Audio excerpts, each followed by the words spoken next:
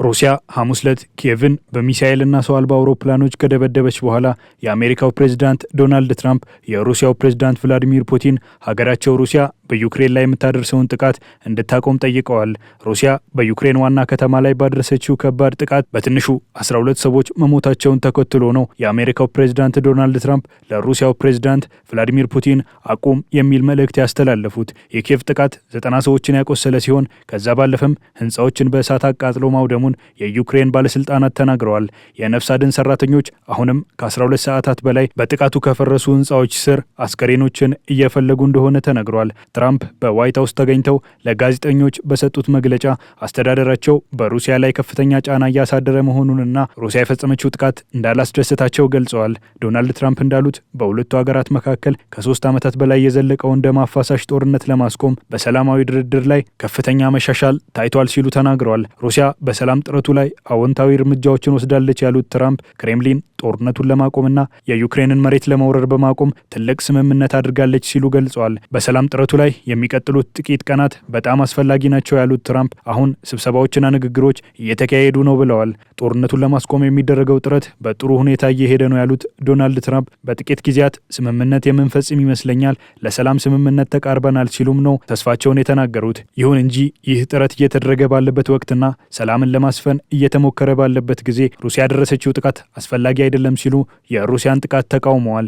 ዶናልድ ትራምፕ ወደ ነጩ ቤተ መንግስት ከተመለሱ በኋላ ሩሲያና ዩክሬን በጥቁር ባህር የሚደረገውን ጦርነት ለማቆም የተኩስ አቁም ስምምነት ማድረጋቸው የሚታወስ ነው። ከዛ ባለፈም በሁለቱ ሀገራት መካከል በዩክሬን የኃይል መሰረተ ልማት ላይ የሚደርሰውን ጥቃት እንዲቆም የሚያደርግ ስምምነት ላይ የተደረሰም ቢሆን ዘላቂ የተኩስ አቁም ስምምነት ሊደረስ የተቻለበት ሁኔታ መፈጠር ባለመቻሉ ጦርነቱ አስከፊ ሰብአዊና ቁሳዊ ውድመትን እያስከተለ ቀጥሏል።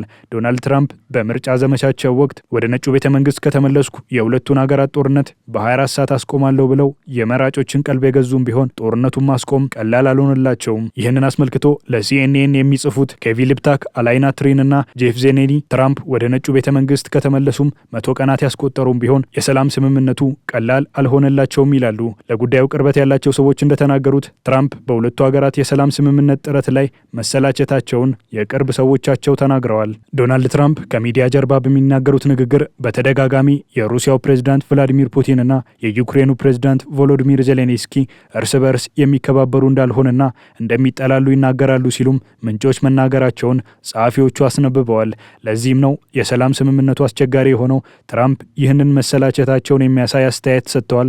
በጦርነቱ በየሳምንቱ 5000 ወታደሮች እየሞቱ ነው ያሉት ትራምፕ ፑቲንም ጦርነቱን ማቆም አለበት በማለት ነው ማሳሰቢያ የሰጡት ይላሉ ጸሐፊዎቹ።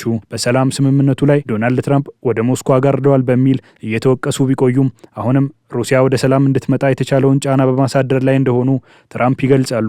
በትላንትናው ዕለትም በሰጡት መግለጫ ያንጸባረቁት ሀሳብ ይህንኑ ነው። ዋሽንግተን በሞስኮ ላይ ብቻ ሳይሆን በኪየቭ ላይም ሰላም እንዲመጣ ጫና እያሳደረች እንደሆነ የሚናገሩት ትራምፕ የሰላም ስምምነት ለማድረግ መቃረባቸውን ተናግረዋል። ትራምፕ ሁለቱ ሀገራት የሰላም ስምምነት ላይ እንዲደርሱ ቀነ ገደብ ሰጥተው እንደሆነ ሲጠየቁ የራሴ ቀነ ገደብ አለኝ ሲሉም ነው የተናገሩት።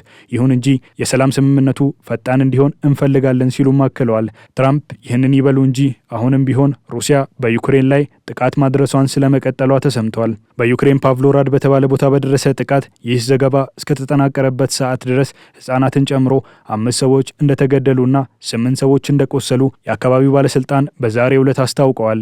ሺሪሊሳክ የተባሉት የዩክሬን ባለስልጣን አሁንም በሩሲያ የሚደረገው ጥቃት መጠናከሩን የገለጹ ሲሆን በዚህ ጥቃት ከተማይቱ በበርካታ የሩሲያ ድሮኖች እንደተደበደበች ስለመናገራቸው ሮይተርስ በዘገባው አመልክቷል። ጥቃቱ ካደረሰው ሰብአዊ ጥፋት ባሻገር ህንፃዎችን በእሳት እንዲያያዙ እንዳደረገ የገለጹት ባለስልጣኑ 103 የሚሆኑ ድሮኖች ከተማውን ሲደበድቡ እንደነበር ገልጸዋል። የፓቭሎራድ ከተማ የኢንዱስትሪ ከተማ ስትሆን ከ100 ሺህ በላይ የሚሆኑ ነዋሪዎች እንደሚኖሩባት ሲነገር የአደጋ ጊዜ ሰራተኞች አሁንም በከተማይቱ ተጎጂዎችን ለማዳን እየሞከሩ እንደሆነም ተገልጿል። አጎራባች ከተሞችም በተነሳው እሳት ሳቢያ ስጋት ውስጥ እንደሆኑ ተሰምቷል። የሁለቱን ሀገራት የሰላም ስምምነት ሀሳብ በታንጎ ዳንስ የመሰሉት ዶናልድ ትራምፕ የሰላም ስምምነቱ እንዲቆም ሁለቱም ሀገራት እኩል ሚናቸውን መወጣት ያለባቸው መሆኑን ነው በመግለጫቸው ወቅት የተናገሩት። ልክ እንደ ታንጎ ዳንስ ሁሉም ተሳታፊ መሆን አለባቸው ያሉት ዶናልድ ትራምፕ አለዚያ የሰላም ስምምነት ላይ መድረስ እንደማይቻልም ተናግረዋል። የአሜሪካው የውጭ ጉዳይ ሚኒስትር ማርኮ ሩቢዮ በዋይት ሀውስ በትላንትናው ዕለት እንዳሉት በሁለቱ ሀገራት የሰላም ስምምነት ላይ በሳምንቱ መጨረሻ ተጨማሪ ውይይቶችን ለማድረግ እንደታቀደና ስምምነቱ ተጠናቆ ማየት እንደሚፈልጉ ተናግረዋል። የኔቶ ዋና ጸሐፊ ማርክ ሩተ በበኩላቸው በዋሽንግተን ከትራምፕ ጋር ከተነጋገሩ በኋላ በትላንትናው ዕለት እንደተናገሩት ኪየቭ ለስምምነቱ ጠንክራ እየሰራች ነው ብለዋል።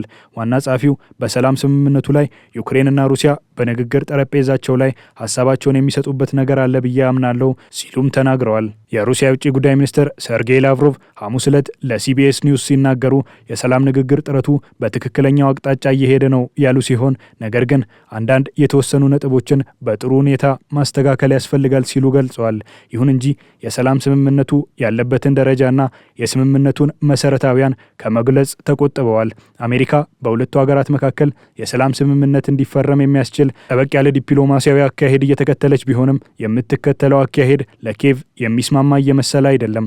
እንደ አውሮፓውያን አቆጣጠር በ2014 በተደረገ ህዝበ ውሳኔ ወደ ሩሲያ የተቀላቀለችው ነገር ግን ዩክሬን አሁንም ድረስ የኔ ግዛት አካል ናት የምትላት ክሬሚያ አሜሪካ የሩሲያ ግዛት አድርጋ ልትቀበልና እውቅና ለመስጠት ያሰበች መሆኑ ከተሰማ ጀምሮ በሰላም ስምምነቱ ላይ ጥላ ሊያጠላ እንደሚችል እየተነገረ ነው። ይህንን የዶናልድ ትራምፕና የአስተዳደራቸው ሀሳብ መሰማቱን ተከትሎም ዜሌንስኪ ክሬሚያ የሩሲያ አካል ናት የሚለውን አንቀበልም በማለት ተቃውሟቸውን አሰምተዋል። የዜሌንስኪ ተቃውሞ ያላስደሰታቸው ትራምፕ ይህ የዜሌንስኪ ተግባር የሰላም ንግግሮችን የሚጎዳ ነው ሲሉ የተደመጡ ሲሆን ለሰላም በሚደረገው ጥረት ከሩሲያ ይልቅ ዩክሬን አስቸጋሪ ሆናለች ሲሉ ዩክሬንን ወቅሰዋል። የአውሮፓ ሀገራትም ይህንን የክሬሚያን ጉዳይ የሚቀበሉት አልሆነም። ሀገራቱ ይፋ እንዳደረጉት የክሬሚያ የሩሲያ ቁጥጥር የድህረ ጦርነት የድንበር ላይ ስምምነትን የሚጥስ ነው ሲሉ አጣጥለውታል። አሜሪካ ከሩሲያ ጋር እያደረገችው ባለችውና ለመገናኛ ብዙሃን እምብዛም ግልጽ ባልሆነው ንግግር በአሜሪካ አደራዳሪነት የሚደረገው የሁለቱ ሀገራት የሰላም ስምምነት ጅማሮውን የ30 ቀናት የተኩስ አቁም ስምምነት ሊያደርግ እንደሚችል ቢቢሲ ዘግቧል። ዩክሬን ከዚህ ቀደም እንደምትለው የደህንነት ዋስትናዋ ጉዳይ ላይ የያዘችውን ጠበቅ ያለ አቋም በማላላት ለዚህ የተኩስ አቁም ስምምነት ተገዢ እንደሆነች ተነግሯል።